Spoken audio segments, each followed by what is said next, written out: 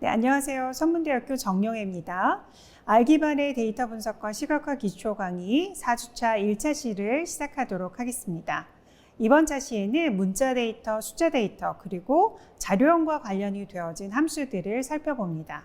자, 그럼 수업을 시작하겠습니다.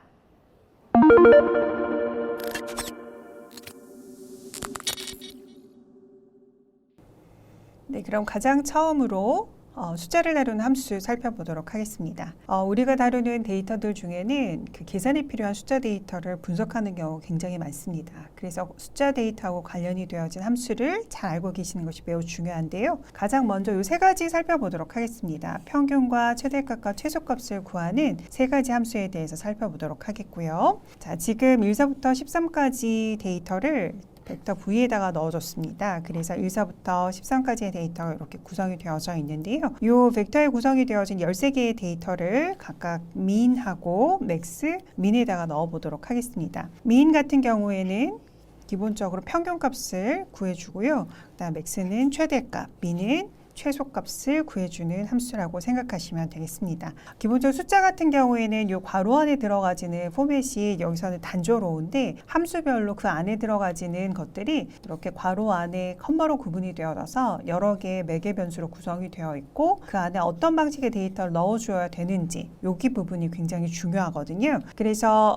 함수별로 그 함수의 역할에 따라서 여기 내가 전달을 해줘야 되는 파라미터와 거기에 넣어줄 인수 값들을 잘 기억하시고 활용할 수 있게 해주시면 되겠습니다. 자, 다음으로 숫자를 다루는 함수 중에서 소수를 정수로 변환하는 함수입니다. 실링하고 플로어가 있는데요. 아마 들어보신 적 있으셨을 것 같아요. 그래서 우리가 수학적인 기호로 보면 이렇게 구성이 되어 있거나 이렇게 보통은 표시를 할 수 있도록 했던 그러한 의미를 가지고 있는 함수라고 생각하시면 됩니다. 그래서 여기서 x라고 하는 값은 314.1592라고 하는 값을 가지고 있는데요. 이 값을 실링과 각각 플로우에 적용을 시키게 되면 기본적으로 x에 들어가져 있는 그 실링 함수 같은 경우에는 x보다 큰 수 중 가장 작은 정수를 이야기합니다. 그래서 314.1592보다 큰 수 중에서 가장 작은 정수이기 때문에 315라고 하는 결과값이 나오게 되고요. 플로우 같은 경우는 여기 들어있는 값보다 작은 수 중에서 가장 큰 정수를 이야기합니다.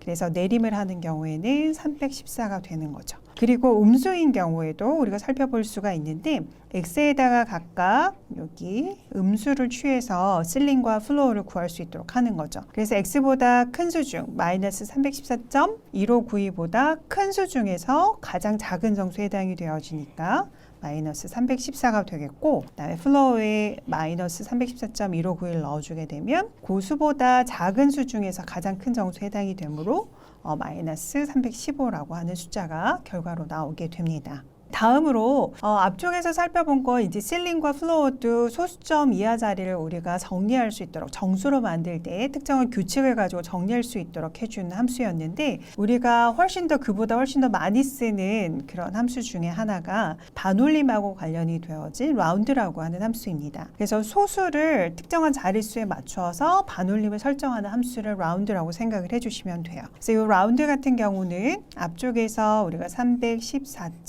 314.1592라고 하는 숫자를 기준으로 해서 살펴보았을 때 여기 라운드에다가 이 숫자를 그대로 넣어줘요. 그러한 경우에는 여기 정수부만 남겨줄 수 있도록 하게 되는데 기본적으로 정수부를 만들기 위해서는 일상적으로 소수 첫째 자리에서 반올림을 하게 되죠. 그런데 여기서 이 1이라고 하는 숫자가 5보다 미만이기 때문에 314라고 하는 값이 나오게 됩니다. 여기서 여기 부분을 생략을 한 경우에도 314라고 하는 정수값이 나오게 되는데 0을 적어주게 되면 기본적으로 소수점의 위치까지만 표현하겠다라고 하는 것으로 생각해 주시면 돼요. 그래서 소수 첫째 자리에서 마찬가지로 반올림이 되어져서 314라고 하는 결과값이 나오게 됩니다. 다음으로 여기 2라고 하는 값은 그 x라고 하는 건 반올림을 할 대상이 되는 수, 그 다음에 여기는 자릿수가 되거든요. 여기 2라고 하는 자릿수는 소수 둘째 자리까지 표현을 하겠다라고 하는 것을 의미하는 거예요. 그럼 소수 둘째 자리까지 표현하겠다라고 하는 것은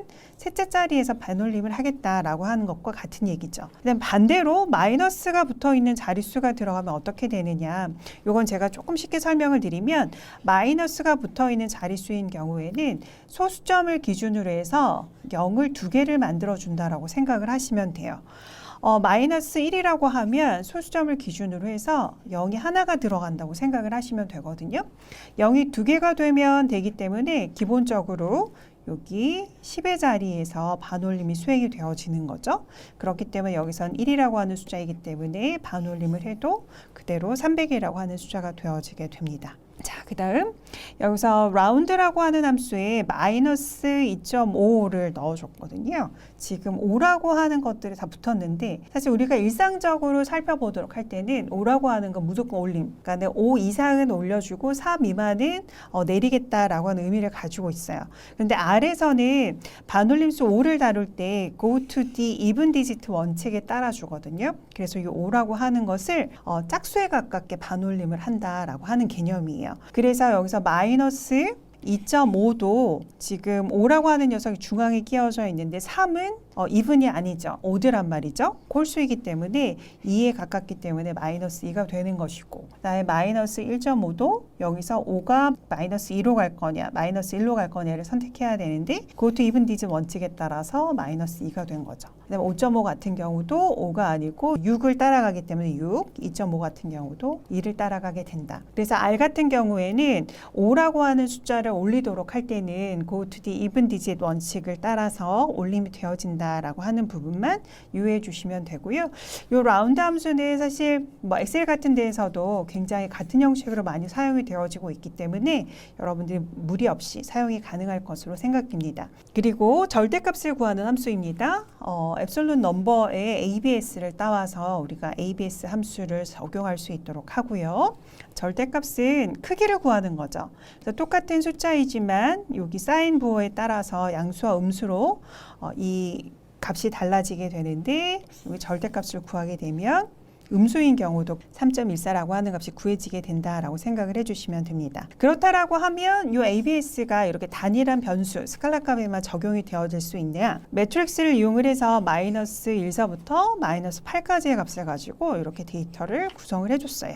그 M이라고 하는 녀석에다가 ABS를 씌워줬어요. 그러면 이러한 경우에는 모든 원소의 절대값을 취하는 형태가 되어진다라고 하는 것을 기억해 주시면 되겠습니다.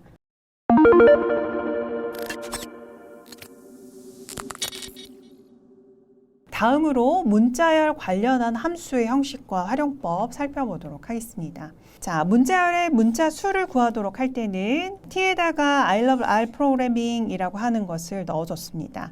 여기 문자열에서 개수를 구하도록 할 때는 여기 스페이스 그 다음에 이런 부호 같은 것들이 모두 포함이 되어져요. 이 문자들을 모두 헤아려서 결과값으로 21이라고 하는 결과값을 내어주게 되고요. 여기서 to upper하고 to lower라고 하는 함수가 있습니다. upper는 모두 대문자로, 그 다음에 lower는 모두 소문자로 변환을 시켜주는 함수라고 생각을 하시면 돼요. 그래서 여기 첫 글자 대문자, 그 다음에 R, 그 다음에 프로그래밍 대문자로 구성이 된 그런 문장을 to upper에다가 넣어주게 되면 모두 대문자로 변환이 되어져서 이러한 결과값들로 출력이 되어지게 되고요.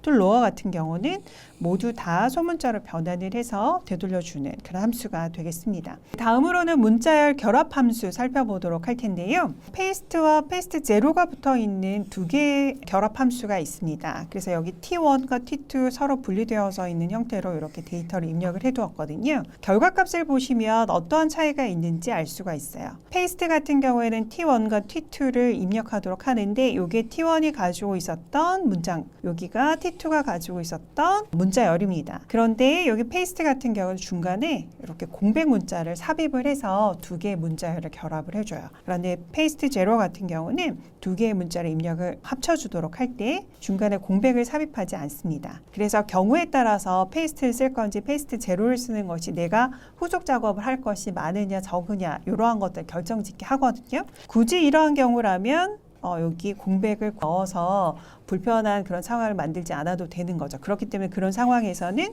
페이스트 제로를 쓰는 것이 훨씬 더 좋겠죠. 자, 그 다음 넘버하고 여기 1에서 3까지의 숫자를 페이스트 하겠다라고 하는 거예요. 요거는 문자열 하나고 요건 3개의 요소로 구성이 되어 있는 벡터의 역할을 하고 있는 거죠. 이러한 경우에는 공백을 삽입해서 3개의 요소에 넘버를 붙여가지고 넘버 1서부터 넘버 3까지 이렇게 결과값이 나오게 되고요. 페이스트 제로로 엮어준 경우에는 공백 없이 이렇게 각각의 벡터의 요소들과 문자열이 결합이 되어진다라고 하는 부분을 기억을 해주시면 됩니다. 네, 다음은 페이스트하고 페이스트 제로의 또 다른 용례를 좀 살펴보도록 할 텐데요.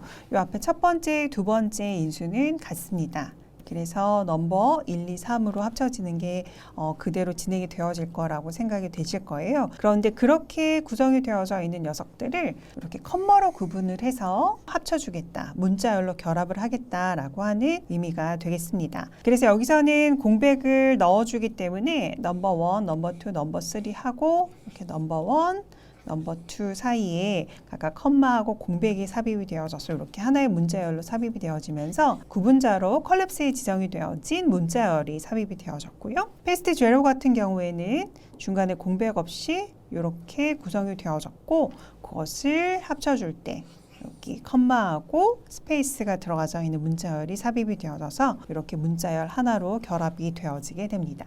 그 다음으로 서브스트링이라고 하는 문자열의 일부를 가져올 수 있도록 하는 함수에 대해서 살펴보도록 할 텐데요. 여기 타임스탬프가 있습니다. 그래서 연도, 월, 일, 그 다음에 시간, 분에 해당이 되어지는 데이터가 있는데요. 그 중에서 일, 그 다음에 월, 요 4개의 자릿수를 가져오고 싶은 거예요. 그렇다면 결국에는 12월 25일을 가져오고 싶은 거고 이 데이터를 가져오기 위해서 서브스트링에 어떠한 데이터를 넘겨주어야 되느냐라고 하는 걸 사용법으로 여러분들이 익히시면 되겠죠. 그래서 서브스트링에는 여기 문자열, 원본 문자열이 들어가게 되고 두 번째로 시작의 위치가 들어가게 되고 그 다음에 세 번째로 끝나는 위치가 들어가게 됩니다. 그래서 여기가 5의 위치가 되죠. 1, 2, 3, 4, 5번의 위치, 5가 있는 자리가 8번의 위치입니다. 그래서 이것을 수행을 하게 되면 TSMMDD에는 결국 1, 2, 2, 5 12월 25일이라고 하는 월과 일의 값이 가져와지게 되는 거죠. 그래서 서브스트링은 들어가는 값이 3개가 있는데 원본 데이터, 시작 위치, 끝 위치를 주게 되면 문자열의 일부를 가져오게 할 수 있구나 라고 하는 것을 말씀드렸습니다.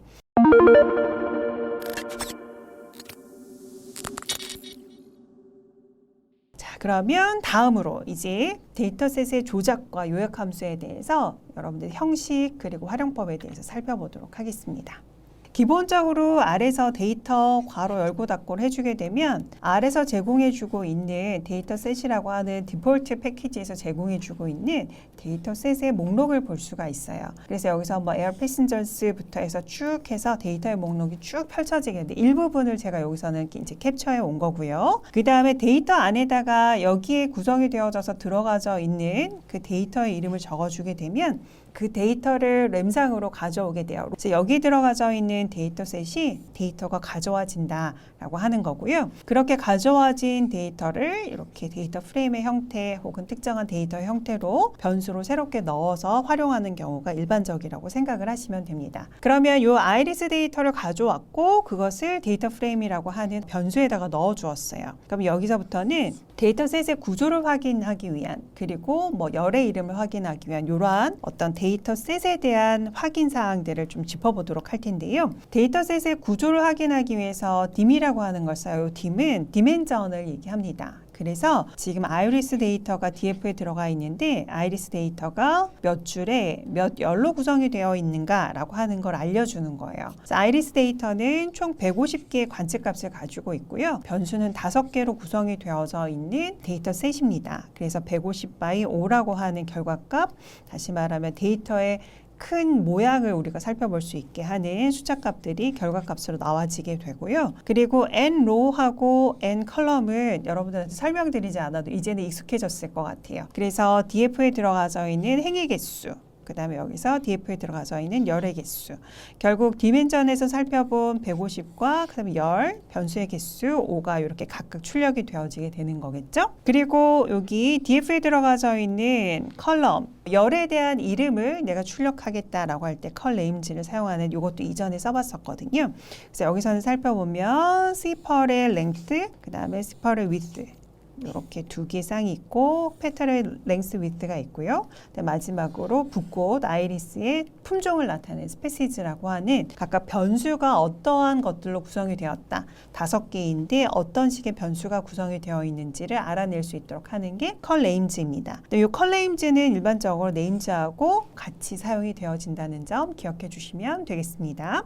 네, 그 다음은 일부 데이터만 출력해서 확인하고자 할 때 사용하는 헤드와 테일입니다. 헤드는 머리를 뜻하고 테일은 꼬리를 뜻하잖아요. 앞쪽 6개를 보겠다라고 하는 거고, 여기서 DF는 아이리스 아까 전에 150바의 5개로 구성이 되어 있는 데이터였었죠. 뒤쪽에서부터 데이터를 살펴보겠다라고 하는 거예요. 테일을 통해서. 근데 우리가 여기서 컴마를 찍고 숫자를 넣어줄 수가 있는데 이것이 생략을 하게 되면 6개 디폴트 값을 사용을 해서 이렇게 6개만 출력을 할 수 있도록 하고요. 나는 예를 들어서 한 10개씩은 봐야 되겠어 라고 하는 경우는 컴마를 찍고 숫자를 이렇게 입력하셔서 여기서 141번부터 150까지 데이터를 출력을 하고 있는 거거든요. 그래서 그렇게 내가 원하는 숫자만큼 일부를 출력을 해서 볼 수도 있다 라고 하는 부분을 기억해 주시면 되겠습니다. 다음으로는 데이터셋의 요약 정보를 보기 위한 스트럭처 함수, str 함수 굉장히 중요합니다. 앞쪽에서 살펴보았던 컬네임즈, 그다음 디멘전은 어떻게 되는지, 그다음에 변수명은 어떻게 되는지 뭐 이러한 것들이 모두 요약되어져 있는 형태로 해서 str이라고 하는 함수를 가지고 볼 수가 있어요. 그래서 여기서 df 다시 말하면 아이리스는 데이터 프레임의 형태이다. 그 다음에 150개의 observation 관측값과 5개의 변수로 구성이 되어 있다. 그 다음에 여기 이렇게 달러 표시로 구성을 해서 넣어놨다는 건 DF에 속해 있는 변수, 시펄의 여기 랭스 위드, 그 다음에 패턴의 랭스 위드, 그 다음에 스페시스까지 이렇게 구성이 되어 있고, 헤드하고 테일을 통해서 우리가 살펴보았던 일부의 데이터들이 어떤 식으로 구성이 되어 있는가라고 하는 걸 볼 수가 있어요. 그 다음에 여기 스페시즈는 팩터형이구나. 여기서는 3개의 레벨을 갖고 있고, 그 다음에 세토사, 그 다음에 벌서컬러, 버즈니카라고 하는 품종 3가지로 구성이 되어 있고, 그 안에 1사부터 3까지 레벨 값을 가지고 숫자로도 구성할 수 있겠다라고 하는 것이 표현이 되어지고 있어요. 그래서 이거 총합적으로 데이터셋에 대한 요약 값을 볼 때는 str 함수를 활용을 해주실 수 있도록 해주시면 되고요. 뭐 앞쪽에서 살펴보았던 것처럼 특정한 요 데이터 요소, 데이터셋의 특정한 변수가 어떠한 레벨 값을 갖고 있느냐를 살펴보기 위해서 레벨즈를 써서 세토사서부터 벌지니카까지 데이터 세 품종으로 구성이 되어 있구나 라고 하는 걸 우리가 알 수 있었고요. 테이블이라고 하는 거 우리가 자주 아마 사용하게 될 거예요. 그래서 여기에서는 스페시즈에 해당이 되어지는 빈도수를 DF에서 세워주는 거예요. 그래서 세토사가 몇 개이구나, 벌써 컬러, 버즈니카가 각각 50개씩 이렇게 관측값이 있구나라고 하는 걸 알려줄 수 있도록 해줘요. 그래서 특정한 데이터에 변수를 넣어주게 되면 이 녀석이 가지고 있는 이 레벨 값을 가지고 각각의 빈도수를 세워줄 수 있도록 한다.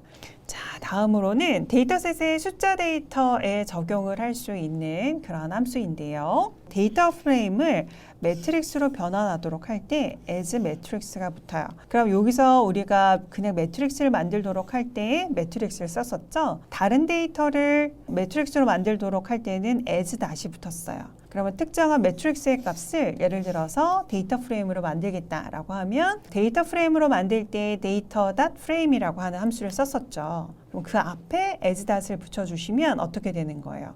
매트릭스를 데이터 프레임으로 변환할 수 있는 함수가 될 수도 있겠다.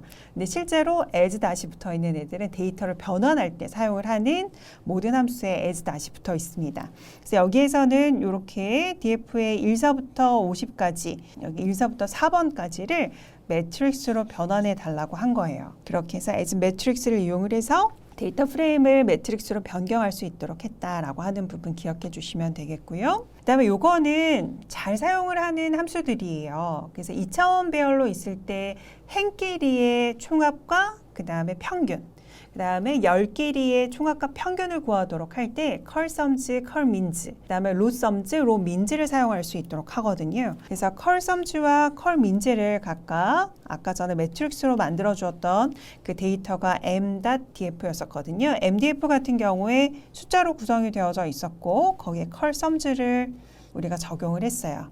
그러면 아까 전에 우리가 m.df로 구성을 했던 것이 여기 50개의 관측값이 있었던 거고 이렇게 4개의 변수로 숫자 변수로 이렇게 구성이 된 녀석이었거든요. 컬썸즈인 경우는 여기에 대한 썸의 값, 여기에 대한 썸의 값, 여기에 대한 썸, 여기에 대한 썸이 이렇게 구성이 되어져서 들어간다고 생각을 하시면 돼요. 그러면 컬민즈 같은 경우에는 여기 썸이 총합값이니까 민은 평균값이 열 단위로 이렇게 구성이 되어져서 출력이 된 거죠. 그렇기 때문에 여기에서는 열이 4개이기 때문에 4개의 결과값들만 나오게 되는 거죠. 그런데 로 같은 경우에는 여기 1서부터 50개까지 데이터 행으로 구성이 되어져 있죠. 그러다 보니 각각 행에 대한 썸의 값, 그 다음 행에 대한 민의 값을 구하게 되는 거예요. 그래서 각 행별로 구성을 해가지고 우리가 썸과 민의 값을 구하기 때문에 여기 살펴보시면 1번서부터 50번까지 값을 총합한 값과 1번서부터 50번까지 이렇게 구한 평균 값들이 나열이 돼서 출력이 되어지는 거죠. 그래서 행과 열에 대한 총합과 평균을 구하기 위해서 각각 컬썸즈, 컬민즈, 로썸즈, 로민즈를 사용할 수 있도록 하시면 되겠다라고 하는 거 말씀을 드렸습니다. 그리고 이러한 통계 함수를 적용을 해서 요약하는 방법이 있는데 그때 사용이 되어지는 게 어플라이 함수가 있어요. 그래서 t 어플라이가 있고 m 어플라이가 있고 어그리게이트라고 하는 함수가 있습니다. 어그리게이트 같은 경우에는 실제로 열을 기준으로 그룹화하고 난 후에 특정 열에 대해서 요약 통계값을 반환을 할 수 있도록 해주는 거예요.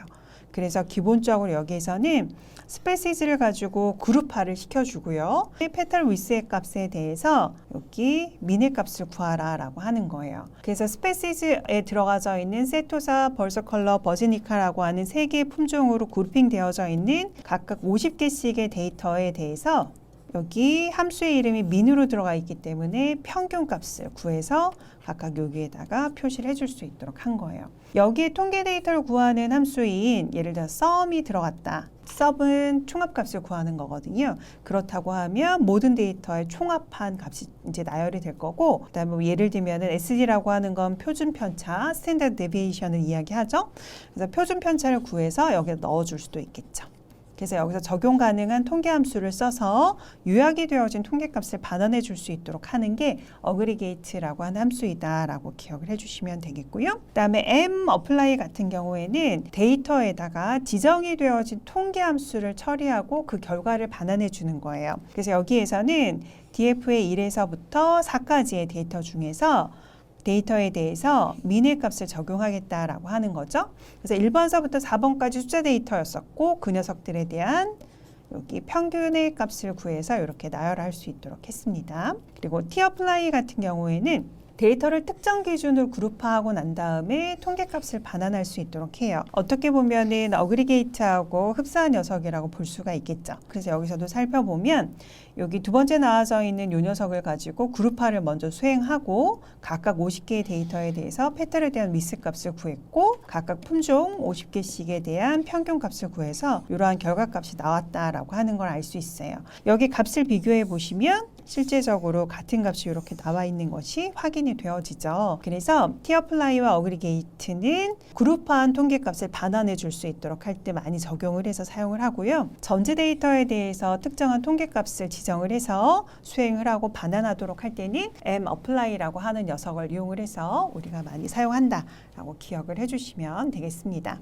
다음으로는 서머리입니다. 이 서머리는 그냥 습관처럼 데이터를 일단 획득하고 나면 그 데이터에 어떤 특징이 있고 아주 기본적인 어떠한 통계치를 가지고 있는가를 확인할 수 있도록 해주는 거예요. 추후에 나오는 박스플롯이라고 하는 그런 어떤 그래프의 통계학적인 데이터들을 가지고 있게 되는데 그거하고 흡사한 그런 데이터들을 서머리 해주는 함수라고 보시면 돼요. 저는 굉장히 자주 사용해주는 그런 함수 중에 하나입니다. 그래서 각 열의 데이터에 대해서 요약값을 전체적으로 우리가 요약해서 제공을 해주고 있는데 그 안에 들어가지는 데이터의 값이 여기 미니멈 값, 1, 4분위수, 그 다음에 메디언은 중앙값이고 민은 평균값, 요거는 3, 4분위수, 그 다음에 여기는 맥스값, 평균값을 이야기합니다. 여기에 나와져 있는 데이터를 보면 웬만한 데이터, 숫자 데이터의 특징을 알 수 있는 거예요. 평균이 얼마고, 그 다음에 중앙값 얼마고, 1, 4분위, 3, 4분위수 사이에 들어가져 있는 값들을 보고 어디에 데이터가 뭉쳐 있는가, 그렇지 않는가.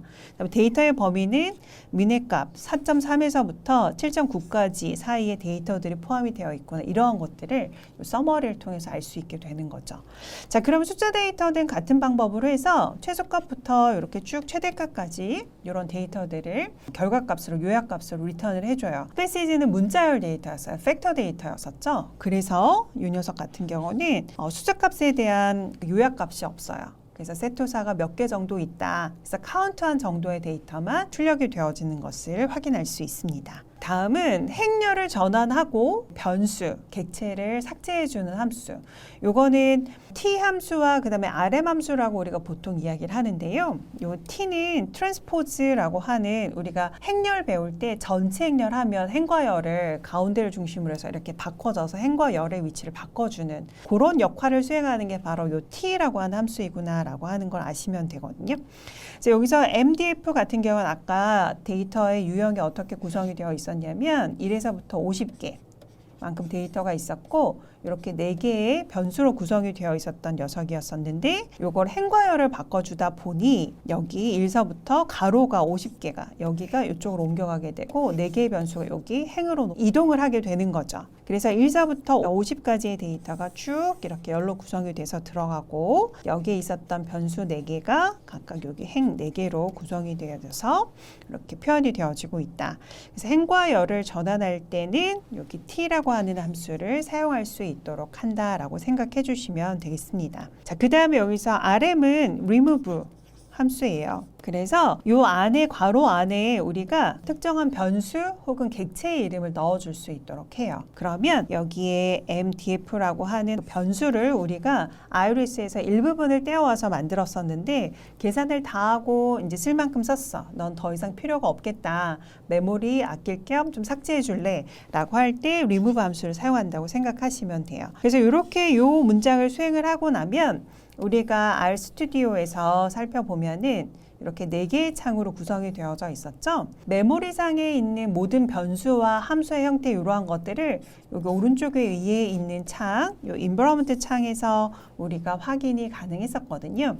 이것을 수행하고 나면 여기 MDF 이렇게 구성이 되어 있던 이 녀석이 사라지게 됩니다. 결국 메모리상에서 삭제가 되어진다라고 하는 것을 의미하는 거겠죠. 그래서 필요 없는 일시적으로 만들어준 그러한 예를 들면 데이터 프레임이나 변수 같은 것들은 여러분들 삭제하고 싶은 경우 RM을 써서 삭제해도 된다라고 하는 것을 말씀을 드렸습니다.